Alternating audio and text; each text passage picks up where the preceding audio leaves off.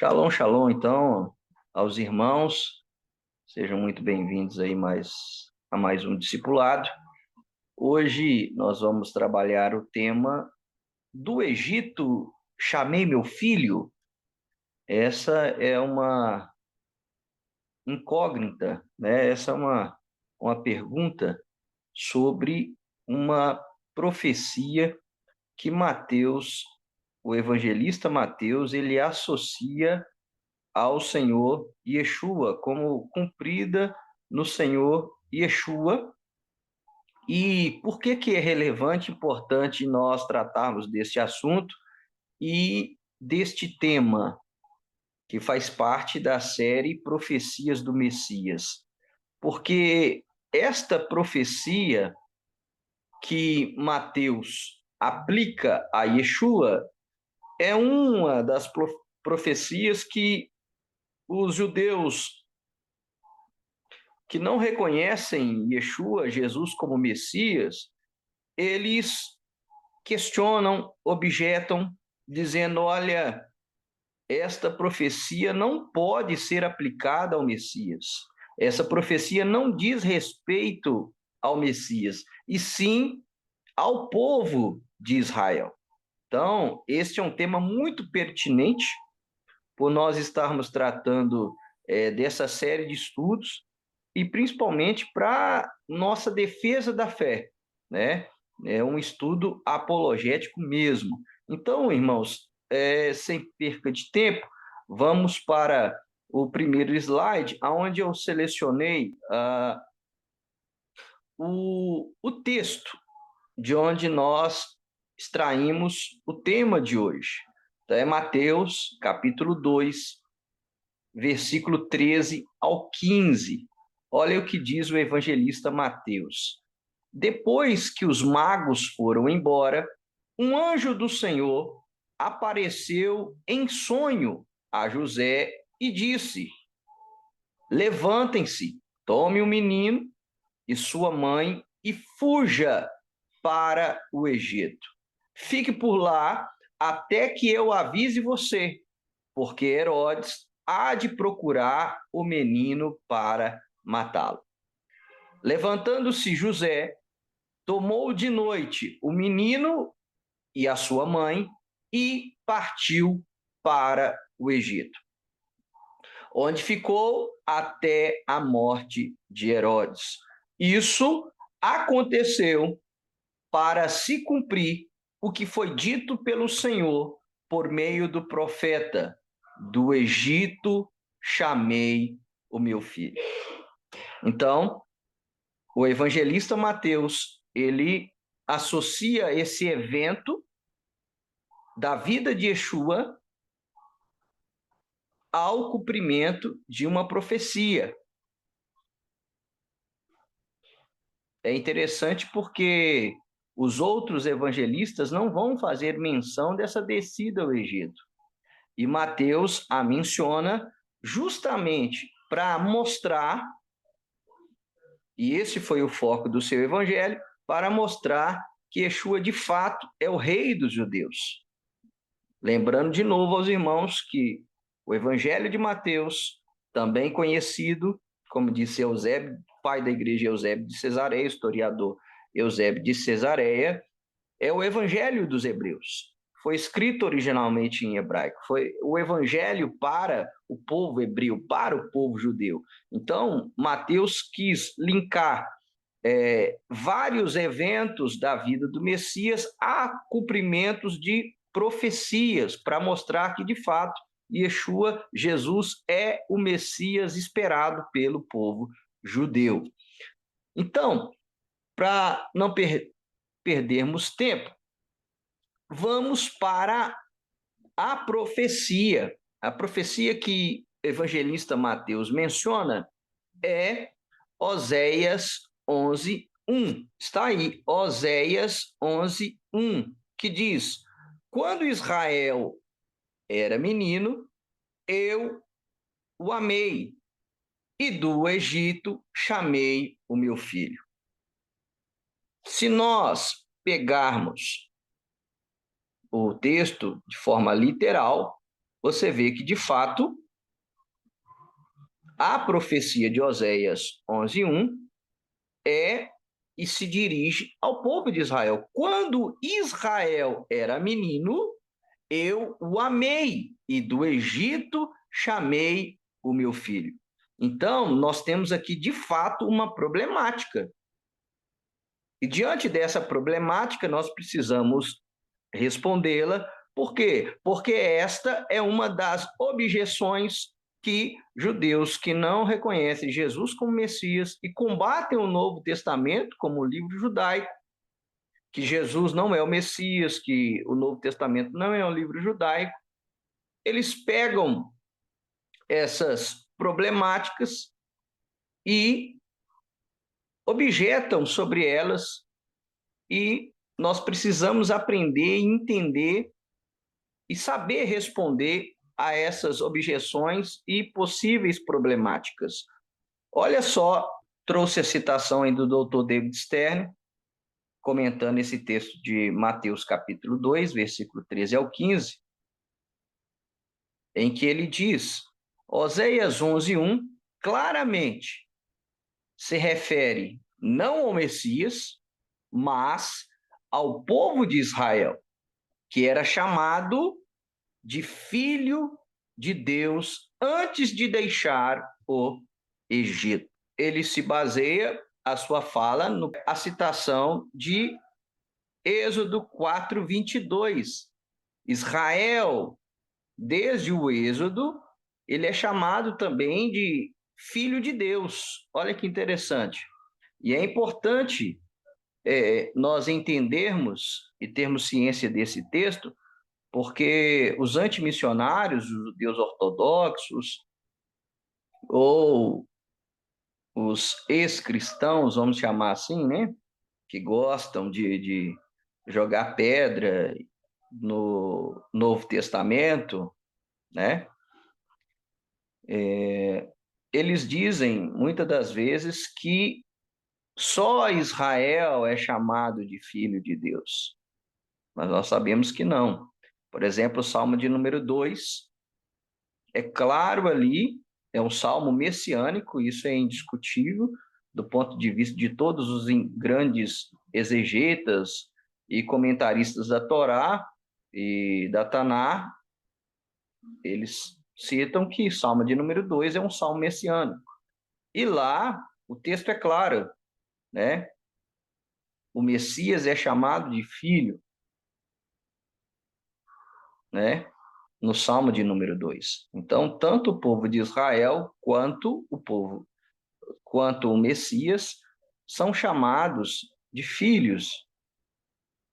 E aí nós temos a citação de Êxodo 4:22 que diz: diga a Faraó, Deus dizendo a Moshe e a Moisés, assim diz o Senhor, Israel é meu filho, meu primogênito.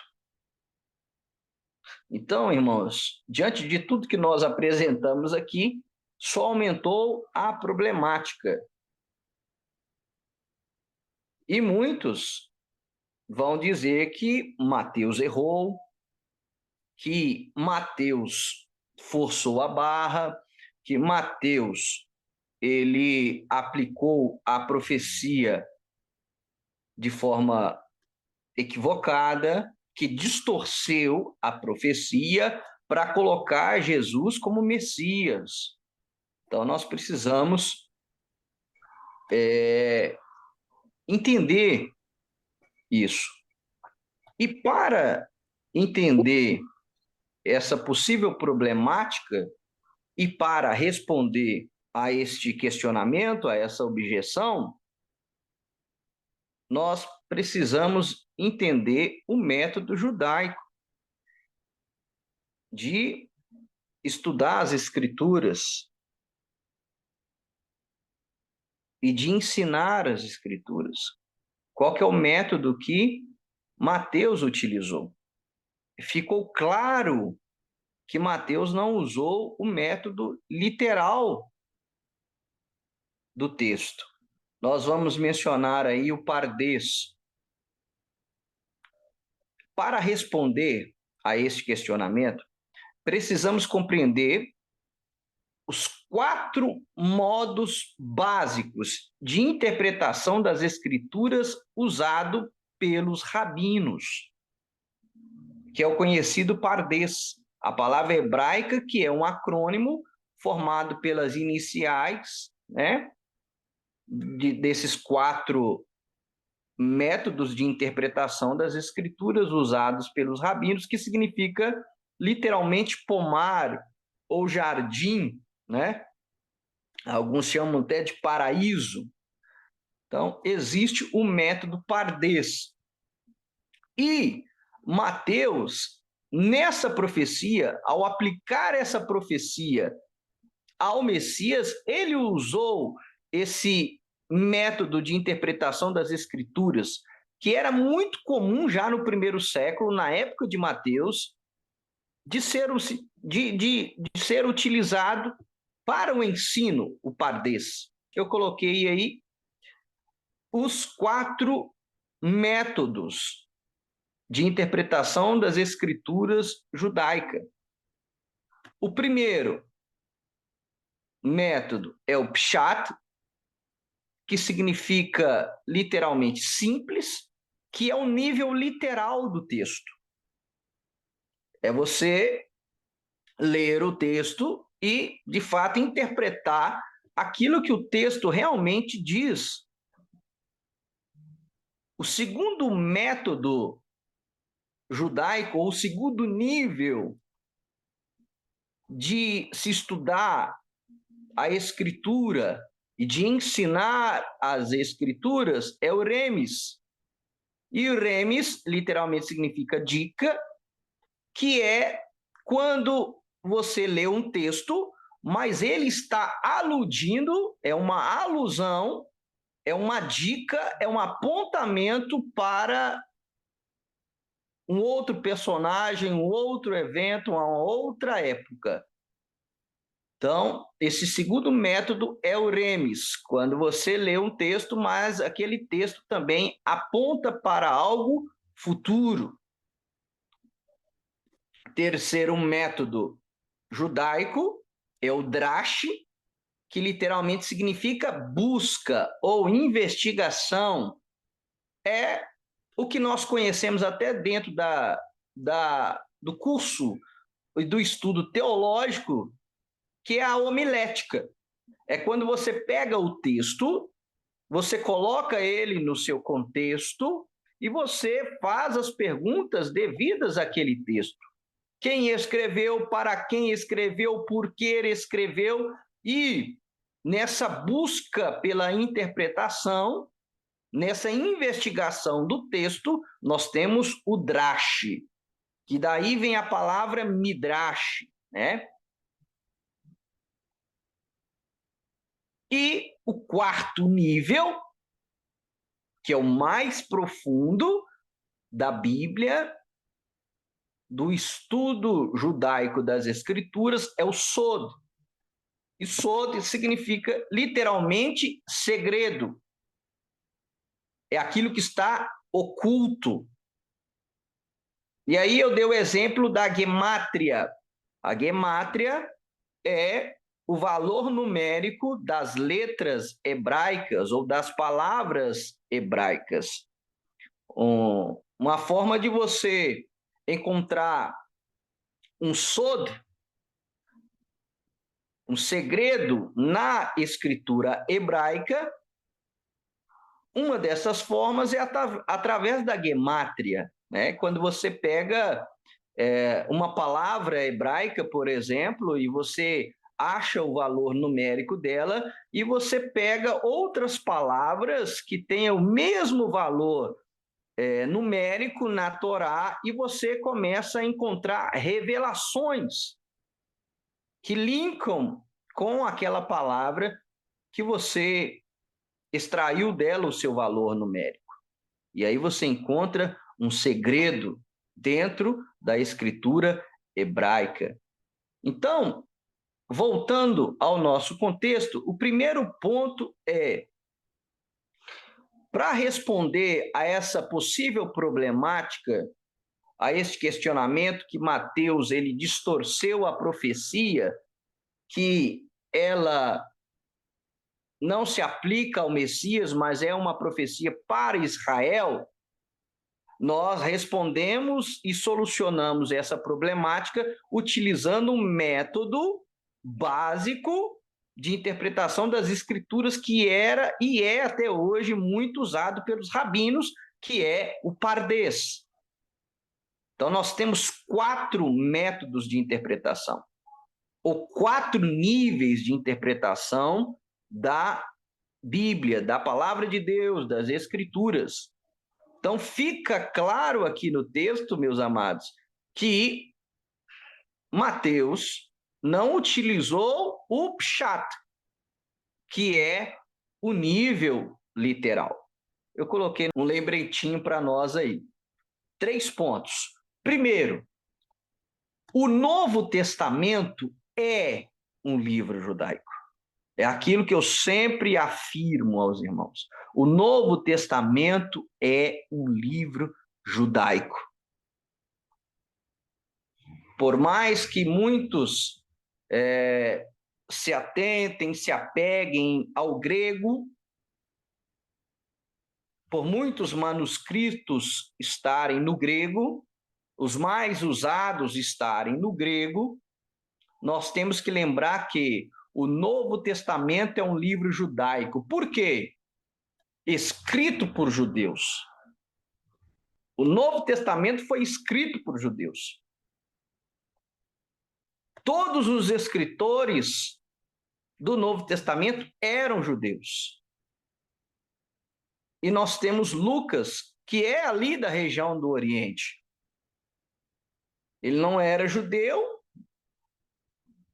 muitos colocam ele como ali no Oriente, mas não sendo judeu, mas há uma tese muito forte que ele já era convertido ao judaísmo, que ele era até um possível prosélito. E por que essa tese? Eles defendem que quando Lucas vai mencionar ali o serviço do templo, para explicar ali a visão que Zacarias teve no templo, o conhecimento que ele tinha da ordem dos sacerdotes ali era muito profundo para um leigo saber como que funcionava ali o turno do templo dos sacerdotes e levitas. Mas, voltando aqui, o Novo Testamento é um livro judaico escrito por judeus no contexto judaico do primeiro século, o século I. Isso é muito importante também, porque o judaísmo que existe hoje, muito dele está preso na Idade Média. O judaísmo do Novo Testamento, ele é o judaísmo do período do Segundo Templo. É o judaísmo do primeiro século. Então, muito da crença dos escritos do Novo Testamento, da Brit Hadashah, como nós chamamos ela em hebraico, os escritos da Nova Aliança, são desse período. Então, quando eu estudo qualquer livro do Novo Testamento, eu tenho que ter em mente, primeiro, que o Novo Testamento é um livro judaico, que ele foi escrito por judeus e no contexto judaico do período do Segundo Templo, no primeiro século. Porque senão eu vou perder muito o entendimento e muitas das revelações que estão ali no Novo Testamento. Segundo ponto, e aí nós respondemos já a problemática que existe e aonde a objeção dos antimissionários, dos judeus ortodoxos, dos ateus, dos ex-cristãos, dos agnósticos, que eles falam que Mateus errou, que Mateus distorceu a profecia. Não. O que Mateus fez? Mateus usou o remes, o segundo nível de interpretação judaica. Nós apresentamos os 4. E o remes é o quê? Uma dica. uma alusão. E aí eu coloquei, Mateus usou o remes, e ao usar o remes, o que ele fez? Ele colocou que o filho é equivalente ao filho, como nós dissemos. O Messias, ele é chamado de filho de Deus. Nós temos várias passagens que chamam o Messias de filho de Deus. E nós temos passagens, como nós apresentamos Êxodo 4, em que Israel é chamado de filho de Deus. Israel, em Oséias 11, é chamado de filho de Deus, de filho. Então, Mateus aqui faz um remes, uma dica, que o filho é equivalente ao filho. Por quê? Porque o Messias não vem do povo judeu, o Messias não vem de Israel. Então, se Israel é chamado de filho e o Messias é descendente do povo de Israel, logo, em consequência, em equivalência, o Messias também é filho. Portanto, ele pode utilizar uma profecia que foi aplicada a todo o povo de Israel, aplicá-la de forma singular também ao Messias. Isso é o remes. Então, ele colocou a equivalência. O filho é equivalente ao filho. O filho Israel é equivalente ao filho Messias. O Messias é equivalente é um com a nação de Israel. Isso que nós acabamos de dizer, nós entramos no terceiro tópico aí do slide, que é a ideia de que o Messias personificado é identificado com um Israel de origem judaica. Ou seja, o Messias, no entendimento judaico, na cultura judaica, ele é entendido como representante do povo. É o um que representa o todo. Essa é a ideia.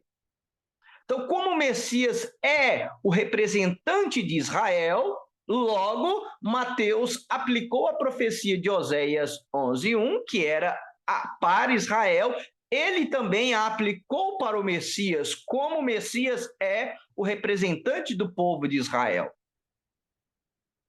E, de novo, nós afirmamos, esta não é uma ideia cristã. Esta não é uma interpretação cristã do texto. Esta é uma ideia, um entendimento judaico, de origem judaica. Lembrando que Mateus era judeu e ele utilizava os métodos judaicos para aplicar as profecias. E ele, nesse texto, ele não se valeu do nível pshat, que é o nível literal, mas ele utilizou o remes, uma alusão, uma dica, ok? Olha só,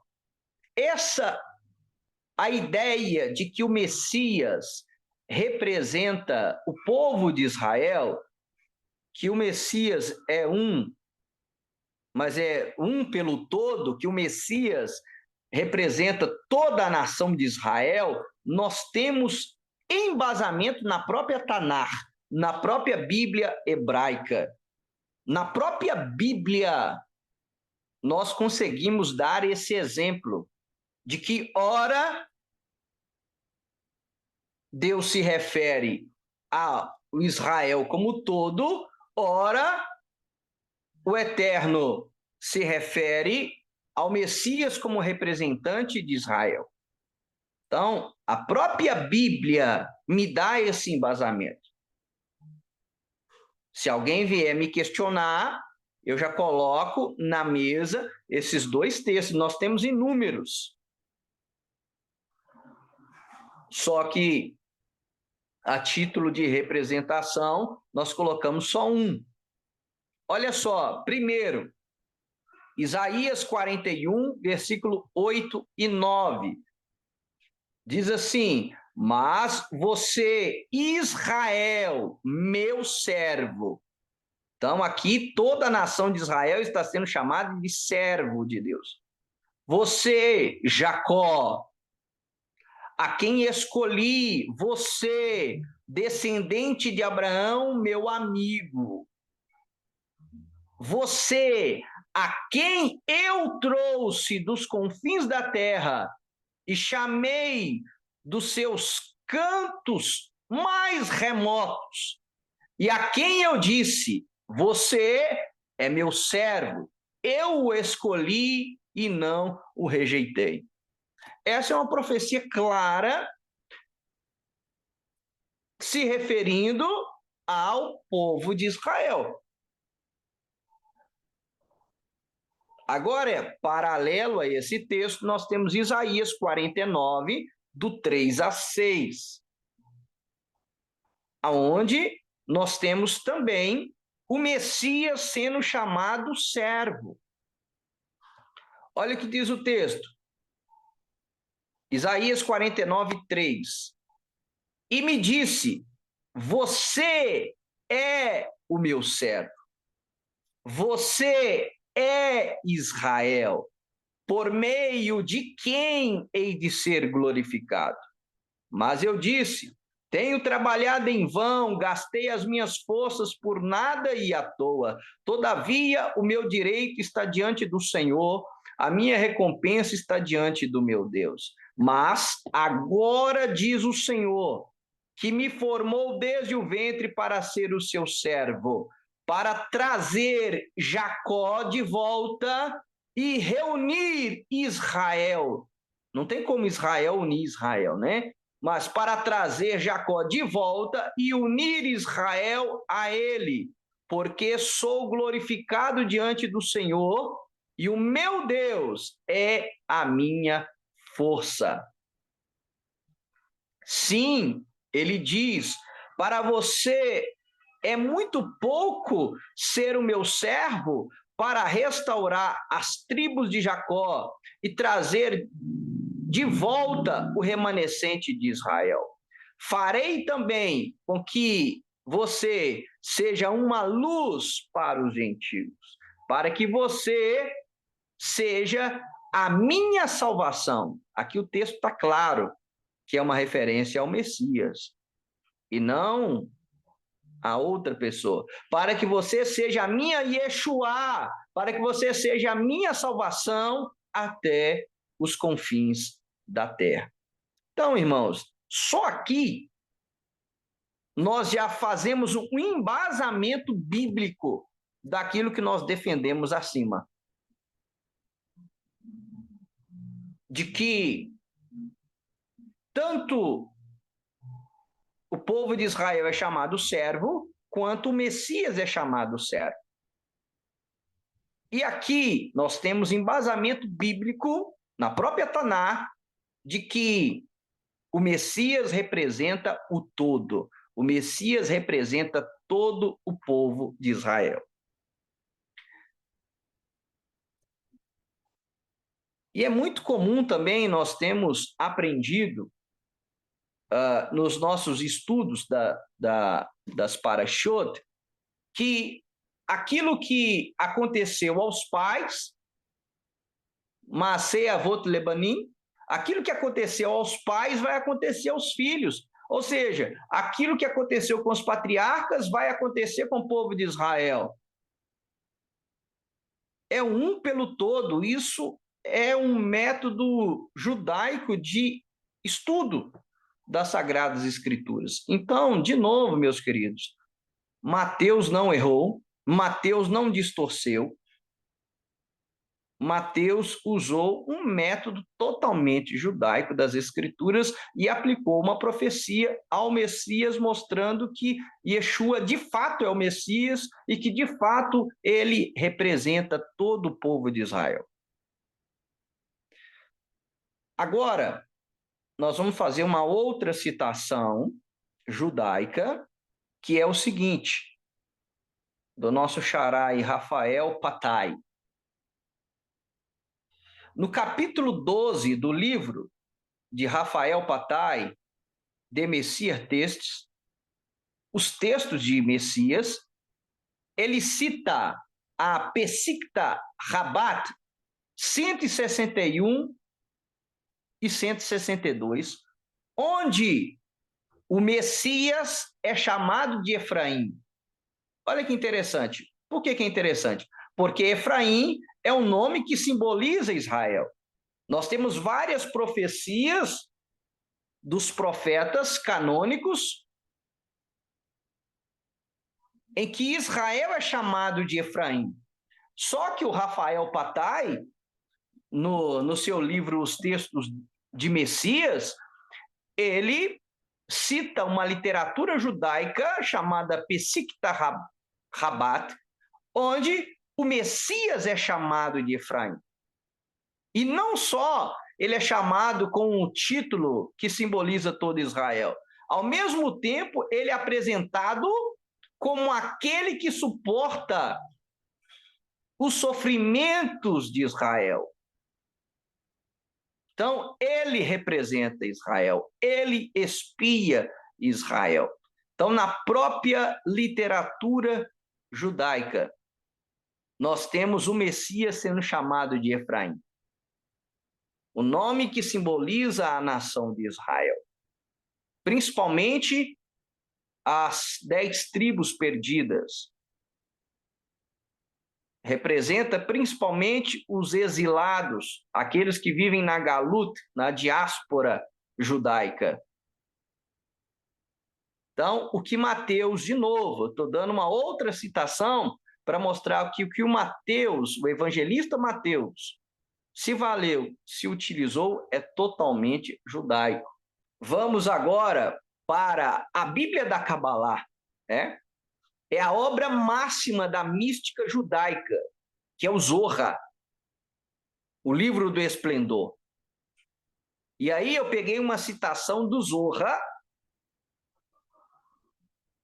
que é o livro da mística judaica, em que nós temos no Zohar o Messias representando Israel. Logo, as profecias que se referem a Israel podem ser aplicadas ao Messias. Então vamos lá para a citação do Zohar 2.212a, que diz assim, o texto é muito grande, então eu abreviei ele um pouco. Diz assim, no Gan Eden, no Jardim do Éden, há um salão que é chamado de Salão do Aflito. Olha só o que diz o Zohar. Enquanto os filhos de Israel habitaram na Terra Santa, eles afastaram todas as aflições e sofrimentos do mundo pelo serviço do santuário e pelo sacrifício. Porém, agora é o Mashiach quem está, presta atenção nos verbos, tá, irmãos? Porém, agora é presente o Mashiach quem está presente, afastando-os os sofrimentos e aflições dos habitantes do mundo. O que o Zohar está dizendo aqui? Além de ser uma revelação fantástica de que o Messias já veio, porque se o Messias está afastando os sofrimentos, é sinal que ele já veio. O Zohar está associando ao Messias aquilo que era a função de Israel, que era através do serviço do Beit HaMikdash, do santuário, e dos korbanot, dos sacrifícios, expiar as aflições e o sofrimento do mundo. Agora é o Messias que está representando e exercendo essa função de estar afastando os sofrimentos e as aflições dos habitantes do mundo. Ou seja, até na obra do Zohar, que é a Bíblia da Cabala, que é o livro, é a obra máxima, como está aí, da mística judaica, está colocando o Messias como um representante de Israel. Então, meus queridos, diante de tudo o que foi apresentado, Mateus não errou. Mateus não distorceu a profecia de Oséias 1. Mateus não forçou a profecia para aplicá-la a Yeshua, para apresentá-lo como o Messias. O que Mateus fez, nada mais, nada menos do que ele aplicou um método de interpretação das Escrituras usado pelos rabinos, que é o Pardês.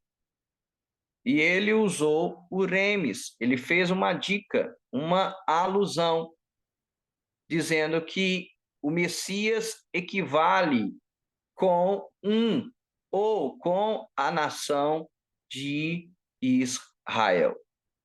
E como eu havia defendido acima, essa ideia é de origem judaica. Esse é um pensamento judaico. Então, quem vier alegar, questionar, objetar, argumentar que essa é uma interpretação cristã e que Mateus errou, nós demos aí alguns exemplos, além de apresentar o método que Mateus utilizou, que é o método judaico, nós demos exemplo na própria Tanar, na própria Bíblia hebraica, que ora Israel é chamado de servo, ora o Messias como representante de Israel é chamado de servo. Nós citamos aí também uma obra judaica da Pessikta Rabat, né, que o Messias ele é chamado de Efraim, ele ganha o nome da tribo de Israel, simbolizando Israel, e a obra do Zohar, nós temos aí que o Messias, hoje ele faz a expiação pelos sofrimentos e aflições do mundo, algo que o povo de Israel fazia. Então, aqui a própria obra judaica que diz que aquilo que o povo de Israel fazia, o Messias está fazendo. E, pasmem, o texto que eu não coloquei aqui completo, eles fazem a citação de Isaías 53, aplicando ao Messias. Amém, meus irmãos? Então, hoje, nós respondemos à objeção do Egito chamei meu filho. Essa não é uma profecia do Messias? Respondendo sim, é uma profecia do Messias. E com adendo, é uma citação não nível pshat, mas nível remes. Dica, alusão, método totalmente judaico. Então, meus queridos, é impossível estudar a Bíblia sem o pensamento judaico, sem entender o pensamento judaico, sem entender a exegese judaica, a hermenêutica judaica, ficam várias lacunas. E quando você é enxertado em Israel e passa a beber da mesma fonte, a participar da seiva, aí aquilo que estava oculto, aquilo que estava embaçado, fica claro, fica nítido. Então, queridos, mais uma objeção respondida, principalmente do livro de Mateus. Do Egito chamou o seu filho, sim. Amém, meus irmãos? Que o Eterno abençoe a todos vocês em nome de Yeshua. Shalom, shalom, meus irmãos, e até o próximo estudo.